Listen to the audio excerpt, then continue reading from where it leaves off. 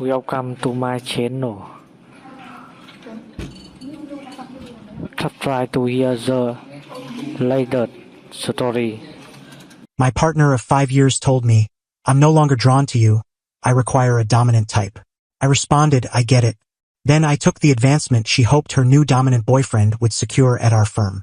When she spotted me in the executive suite, her expression turned ashen, as she grasped that I had become her superior. My partner of 5 years, Sarah, broke off our romance last Tuesday. We shared a home, so she had the courtesy to do it in person, but that was the sole courtesy she displayed. She had me sit on the couch in the living area of the home I possess, and delivered a monologue she had obviously practiced. She said she cared for me as an individual, but she wasn't romantically attached anymore. She mentioned that for some time she'd sensed a void, and then she dropped the devastating statement. "I'm simply not interested in you physically now, Alex," she stated, gazing at me with a kind of detached sympathy. "I've come to see that I want a genuine leader, someone who commands, a real authority figure." The offense was so straightforward, so patronizing, that I didn't feel fury initially. It was simply enlightening. I've always been a reserved individual. I'm not the most vocal person around. I don't boast, I don't need to control discussions. I guide through demonstration via expertise. I resolve issues, I construct systems that function. I had always believed she comprehended and appreciated that quality in me. Evidently, I was mistaken. She viewed my subtle assurance as frailty. I didn't debate with her. I didn't become protective. I simply observed her and anticipated the next revelation, since I knew more was coming. She interpreted my quietness as encouragement to proceed. She admitted she had been developing feelings for another person. A colleague from our organization, Brad. For background, Sarah, Brad, and I all are employed at the same sizable tech company. I'm a lead software engineer. I create the foundational structures for our toughest assignments. Sarah handles projects, so our roles overlap somewhat. And Brad, he's a top marketing executive. He's precisely the sort you'd imagine when hearing dominant said seriously. He's boisterous, boldly self-assured, dons stylish outfits, and excels at delivering polished talks. He's pure charm. The depth, though, has always appeared dubious to me. Sarah rambled about Brad's goals and his relentless energy. And then she unveiled the true essence. For the past 2 months, a significant new role had been available at the firm. Head of Unified Operations. It's a major elevation, a command position meant to connect the engineering groups, project oversight, and marketing tactics. The new head would basically oversee all 3 of our areas. Sarah informed me with a complacent thrill that Brad was the frontrunner. She confessed she'd been assisting him refine his submissions, supplying him confidential details from the project side to bolster his proposal. She was fully committed to his triumph. She envisioned him landing this as their springboard. They were set to become the fresh, influential duo in the workplace. As she explained all this, I merely sat there. And when she concluded, after she had fully explained why I fell short for her, I regarded her and stated, in an entirely steady tone, "I comprehend." She appeared somewhat startled by my absence of reaction, but she accepted it as agreement. She mentioned she'd require a week or 2 to locate a new residence. I simply agreed with a nod. Here's what she was unaware of. While she and Brad schemed his ascent, upper management had been harboring grave reservations about him. They perceived what I did. Plenty of flair, but little substance. His approaches shone in a slideshow, but they frequently overlooked key engineering constraints, which my group then rushed to correct. Due to this, roughly a month prior, the executive VP, a guy named Victor, had discreetly contacted me. He explained that although I wasn't the clear pick from a marketing angle, I was the sole contender who really grasped how all the company's components truly interlocked. He stated the organization required a guide who could produce outcomes, not merely assurances. He proposed the head role to me. I was reluctant. I relished the practical tasks. I'm a designer, a creator. I wasn't certain I desired to enter upper management and intrigue. I informed Victor the first needed time to ponder it. I didn't bring it up to Sarah, as our bond was already strained, and I didn't wish to introduce a complicated professional element. My reluctance, my wish to evaluate logically, was exactly what she perceived as a deficit in drive. But following her address, after she labeled me inadequate and flaunted her new leader before me, all my doubts evaporated. Declining the elevation now would affirm her whole distorted story. Embracing it was the sole option remaining. It was no longer about professional growth. It was about dignity. The following day, I entered Victor's space. He glanced up, astonished to see me. Alex, he remarked. What's up? Victor, I answered. I've thought over your proposal. If it's still available, I agree. A broad grin of ease appeared on his features. That's the finest update I've received this month, he said, clasping my hand solidly. We were optimistic you'd decide yes. The formal notice will circulate in a firm-wide message on Monday morning. Glad to have you, head. I passed the remainder of the day in a composed concentration. When I arrived home, Sarah was present, already gathering some items. She was singing softly. She informed me she planned a festive meal with Brad on Monday evening, post the major reveal. She even dared to tap my arm and say, no concerns. Alex, I've already discussed with Brad. Once he's head, he'll ensure you're placed on some key fresh initiatives. He truly appreciates your engineering abilities. I simply regarded her and nodded. That's considerate, I replied. This weekend was peaceful. I've shifted her belongings from the primary bedroom to the spare one. She assumes it's merely me wanting distance. She remains happily oblivious to the message set to reach the whole firm's inboxes at 9 on Monday. She believes she's aligning with an emerging talent. She has no clue she's on the verge of meeting her superior. Update 1. Monday dawn came with an odd feeling of certainty. The vibe in the residence was heavy with an uneasy, strained quiet. Sarah, though, appeared to be soaring on a wave of arrogant contentment. She was chattier than in ages, rambling about the festive meal she and Brad had arranged for that night. While preparing for the office, she positioned in the bathroom entrance as I shaved and offered unasked guidance. You know, Alex, she began, her voice oozing false worry. You're an excellent engineer, likely the top in the firm, but you lack that command presence. You ought to observe Brad. See how he dominates a space. Could benefit you eventually. I merely cleaned my blade, dried my face, and viewed her via the reflection. I'll remember that, I stated. We traveled to the workplace in different vehicles, a habit we'd begun weeks back as our gap widened. I reached my station at 8:30, organized some outdated documents, and geared up for the day. Sarah was at her spot, conversing animatedly on the call, undoubtedly with Brad. At precisely 9 a.m., a fresh email alert appeared on my display. Did on all. The title was straightforward. Notice, new head of unified operations. I didn't access it. I had no need. Instead, I observed Sarah. I witnessed her open the message, her features radiant with victorious anticipation. I saw her gaze skim the initial sentence, and then I observed as all color vanished from her visage. She shifted from vibrant and beaming to a ghostly, pale in roughly 3 seconds. Her lips parted faintly.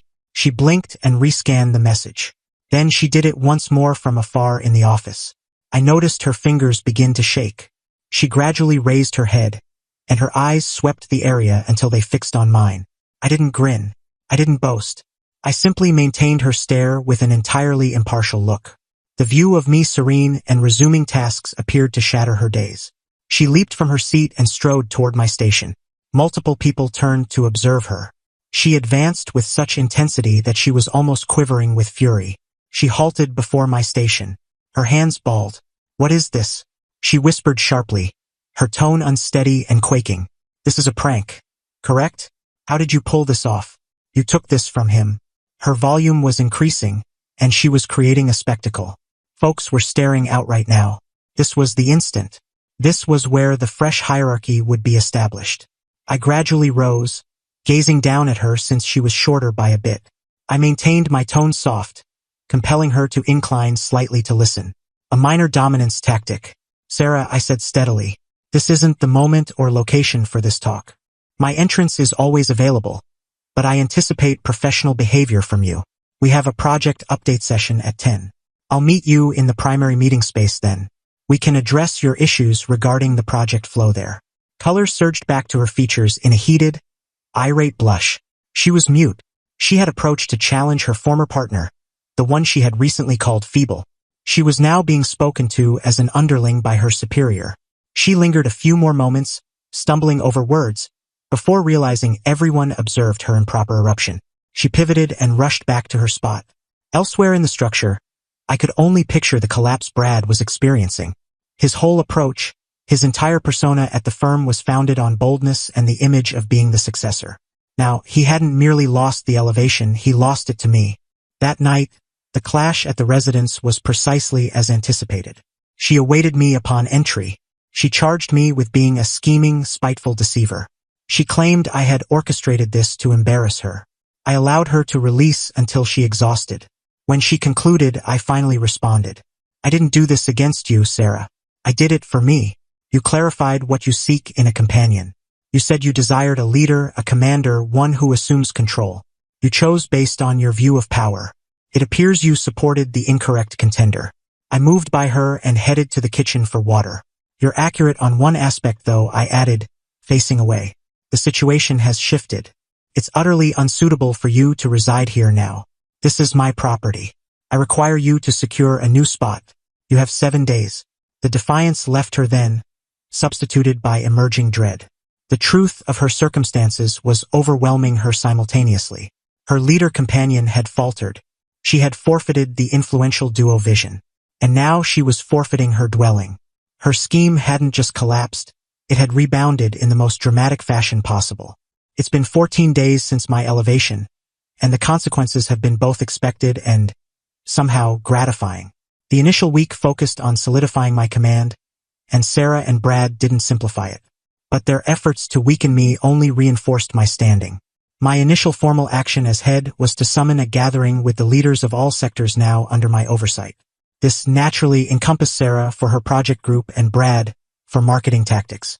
I aimed to examine the full project lineup to spot dangers and prospects. Brad entered the gathering with his typical strut, but it was fragile. He attempted to behave as though unaltered. Sarah positioned at the table's end, mute, avoiding my gaze. The primary subject was a key new endeavor that Brad had promoted for months. It was his project, the foundation of his bid for the head position. Sarah had been its strongest advocate, guaranteeing her managers favored it. When Brad presented, he delivered his standard performance. He guided us through a glossy display packed with striking jargon and hopeful estimates.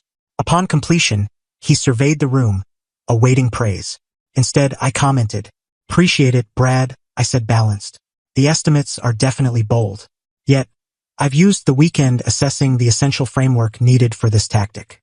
Could you go to slide 17, detailing the information merging method?" He struggled with the control, a hint of doubt on his features. He displayed the slide. As I view it, I proceeded, addressing everyone. "Your tactic depends on instant data alignment between our old stock setup and the fresh online analysis system. However, the old setup's interface has a strict limit of 1,000 queries hourly. Your outline, as shown, would demand at least 10,000 queries hourly in busy periods. The setup in its present form can't handle this. It will collapse." I wasn't confrontational. I merely presented realities. I outlined information. I revealed the fundamental defect in his whole tactic, a defect any with profound engineering insight would notice, but which he, in his marketing-centric realm, had fully disregarded. The space was hushed. Brad's features reddened. He had no response. He mumbled about his engineering advisors confirming it would function. "Then your advisors erred," I said plainly. "We must pause this endeavor until a thorough structural evaluation. I need a feasible strategy on my desk in 14 days, not a slide set. Sarah, kindly have your group reduce priority on all assets for this and shift to the Aurora endeavor right away." Sarah merely agreed with a nod, her features ashen. She had to remain and openly disassemble the exact endeavor she had backed, the one meant to be her and Brad's path to success. In a single 10-minute dialogue, I had uncovered Brad's inadequacy and reaffirmed authority over the firm's path, all by just fulfilling my duties. Their subsequent action was to attempt gathering allies. Sarah started grumbling to her office pals, those she dined with, about how difficult and uneasy I was rendering matters. She strongly suggested I was fostering an adverse work setting, using my fresh role to penalize her for our split. It recoiled dramatically. The individuals in our firm, particularly in engineering, prioritized skill above everything.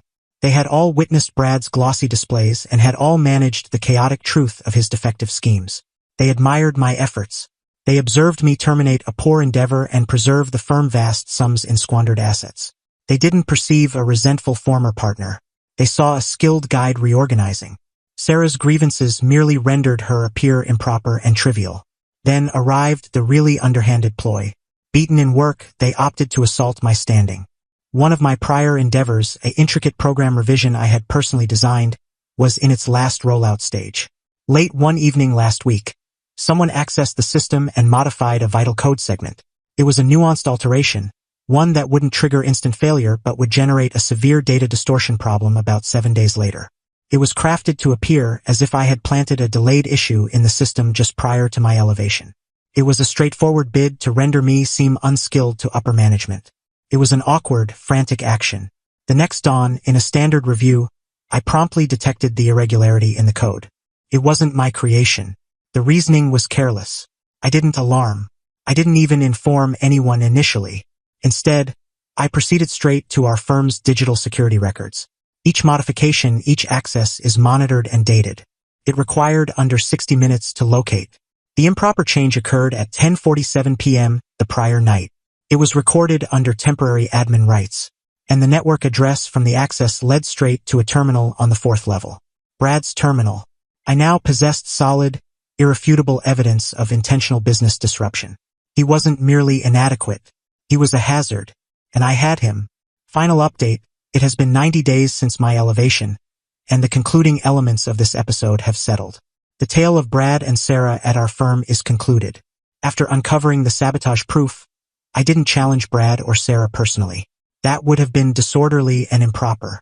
Instead, I behaved like the head they charged me with not being. I assembled my proof, the security records displaying the network address, the timing of the improper modification, the initial code against the changed one, and a short objective overview of the possible harm it would have inflicted. Then, I arranged a session with my superior, Victor, and the HR chief. I presented the proof, composed and impartially. I didn't portray it as a private matter. I portrayed it as a grave and intentional violation of business protection and work ethics. I informed them, a staff member in a high position deliberately attempted to disrupt a vital firm endeavor. This poses a threat to our operations. The response was precisely what you'd anticipate from a large enterprise confronting an evident internal danger. HR initiated a complete official probe right away. With the electronic proof, it was straightforward. Brad was summoned to a session with HR and legal.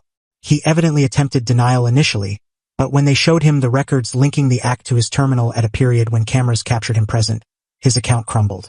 He was dismissed for reason, immediate effect. He was led out by guards, holding his items in a box. Termination for severe wrongdoing is a stain on a profession, one tough to overcome. The probe inevitably reached Sarah. Though no direct evidence she joined the disruption, her recognized connection with Brad, her open rage on my elevation day, her gripes to peers about me generating an adverse setting depicted a distinct image. She was deemed part of a trend of improper conduct adding to a harmful work climate. She wasn't dismissed, but her outcome was nearly harsher. She received a last formal caution and was moved sideways to another unit, an administrative obscurity of the firm managing outdated clients. Her project handler title stayed, but the tasks were insignificant. Her professional advancement at the firm was forever halted. She was work isolated, in a stagnant role, deprived of any sway or status. The influential duo was done. Brad was jobless and shamed. Sarah was marginalized and embarrassed. The rumors, as usual, completed the narrative. Brad is supposedly still fighting to land a new spot. The account of his departure from our firm has naturally spread in our field. Sarah endured another 30 days in her fresh position before she silently left. She couldn't manage the everyday shame of her reduction or the stares from past peers who knew everything. The latest I learned, she had relocated from the area. As for me, I'm succeeding. My sector is more productive than before. We've effectively started 2 significant endeavors, and group spirit is elevated. The admiration I receive from peers is gained not via boisterous speech or hollow appeal, but via consistent guidance and demonstrated outcomes. My efforts stand alone. Reflecting, Sarah was correct on one point. She said she required a leader, but her notion of that was entirely incorrect. She was attracted to the noisiest, most showy figure present, confusing his arrogance for power. She didn't grasp that true power, true guidance, isn't about the clamor you create. It's about the bases you establish, the challenges you address, and the subtle assurance that stems from knowing you are skilled and master of your fate. She sought her leader and ultimately, she discovered one. She just never recognized it was the man she abandoned.